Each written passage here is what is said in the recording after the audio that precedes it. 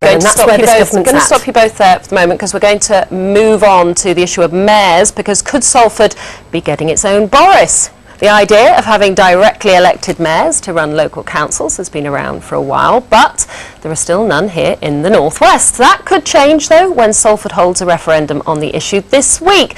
So how does it work in practice? Well, Mansfield in the East Midlands has had an elected mayor for a decade now. So we sent our reporter Elaine Dunkley there to find out.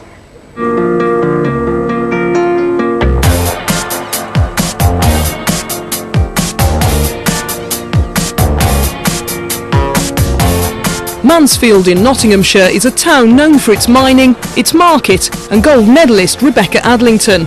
And you can also add elected mayor to the list. So we've got meeting rooms here, have we? Meeting rooms here, yeah, which they can buy. Tony Eggington has been the elected mayor since 2002. This new business park has been his baby. So what do you do for the people of Mansfield? Keep them optimistic and, I keep them thinking that I'd like to think every day that, Mansfield is a bit different. It's weathering the storm a little bit better than many other places, and we have got ongoing opportunities. When Tony was first elected, he was standing as an independent in a Labour-run council. He decides who to appoint in his cabinet. The biggest benefit, I think, was that it would speed up the decision-making process, and I think that is still quite right. Executive mayors have executive powers. He also got rid of the fleet of civic limousines, closed the council members' bar and brought in free garden waste recycling. This site has been like this for over 10 years. But there's been criticism that areas such as the former site of the once famous Mansfield Brewery has been left run down and the town is suffering. The results are here for us to see behind us now and in other parts of the town, where for 8 years all the mayor has done is manage decline. We need proper regeneration, we need ideas and fresh ideas, and that's not what's happening here. What would you like to see? Well, I think the system of a leader of the council from the majority group with a cabinet drawn from that majority group is the appropriate way of running local government.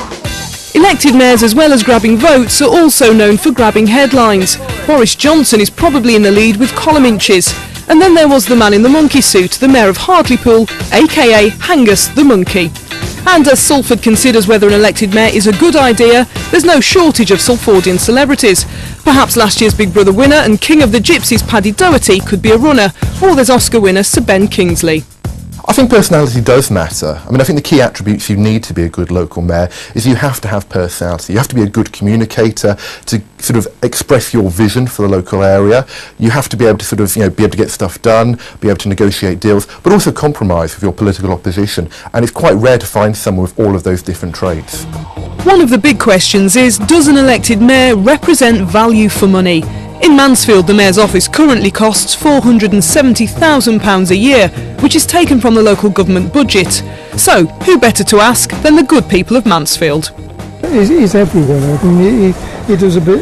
He's in the newspapers, gives us commentaries each week in the chat. He attends a lot of functions, does a lot of presenting of prizes and all that sort of stuff. But he is a good man. Elected mayors?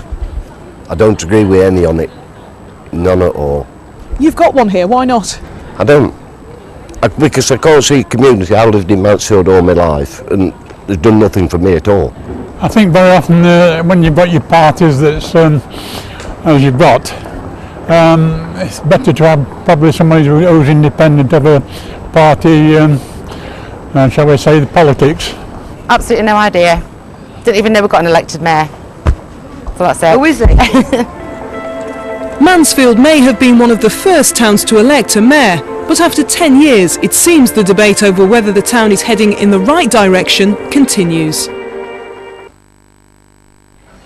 Well, joining us now in the studio is Stephen Morris, who's the North West Chairman of the English Democrats. Well, Stephen, you do think it's a good idea to have a mayor in Salford.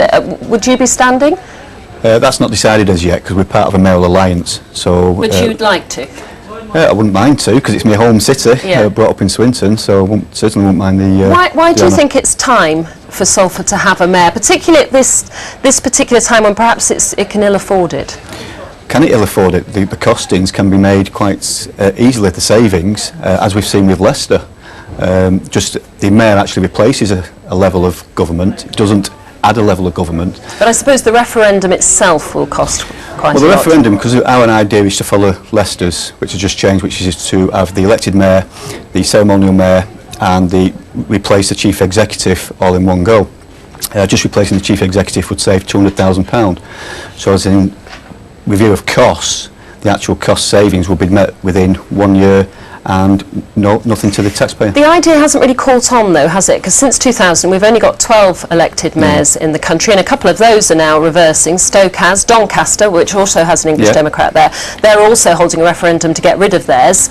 So it's not really getting the public's attention. Well, if you look at the way Stoke was, there was a lot of people not happy with the actual ruling, not necessarily but why do you think people aren't taking it up? People are not actually happy with politics as a whole. You've got to try and re-engage people. The only way you can re-engage them is to make sure that their vote is actually counted. Now, with a directly elected mayor, every vote counts. Right. So, well, obviously Hazel, MP for Salford, but you don't think this is a good idea for Salford? No, I don't. I always believe that if you are going to have an elected mayor, you need an elected mayor for a big strategic area. Why is like that though? London. That makes it sound like Salford's perhaps not an important enough place. Salford is incredibly important, as you well know, to me. But why not a mayor? But if you're making big decisions about transport, about planning, about the economy, then you need to make those almost on a regional basis, because that's how you'll attract the big But you have always been in favour of elected mayors generally. Am I right on that? For those big areas, yes. For Salford. What sort of big areas? Right, for places like London, for Greater Manchester, where you're looking at big decisions around that sub-regional economy. Not cities. No, well, it's a matter for the people of those cities to decide in a referendum if that's what they decide I'm only to do. pointing that out because when you were Community Secretary, you did say that you believed that cities should have elected mayors. I think where you've got a big area, a big population, you need to make some big strategic decisions. Having somebody who is accountable and visible is important. In Salford, this referendum is going to cost something like £250,000. This is at a time when the council is incredibly strapped for cash, and the platform that they're standing on is to cut the council tax by 50%. Very populist, right? What does that mean? Cutting home helps, cutting services to children with special educational needs, meaning that our education system will be cut. I'm afraid you're it is a totally wrong thing to do at this time. So are you afraid that it's perhaps going to be, it's more about personalities than policies? Are you worried about that? I don't just think it's about personalities. You need somebody who's got sufficient grasp of how you run a city, the politics and the policies, to be able to do a good job. And simply saying, we'll slash the council tax by 50% is unrealistic. It's populist politics at its worst, and it will damage the city at a very difficult time. Ben Wallace, I mean, the Salford mayoral referendums are perhaps the warm-ups to the other ones, in the bigger cities, Manchester and Liverpool, in May.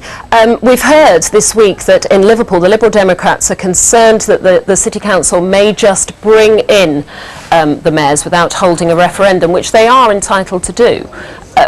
What is your feelings about that? Well, I'm a great believer that if it ain't broke, don't fix it, and if there is a local demand, I'm quite enjoying the sort of argument between Salford. If there's a local demand, it should be up to them. I don't agree that it should be imposed. I think there should be some form of referendum. I think that would be a good thing for Manchester and Salford and everywhere else to make that decision.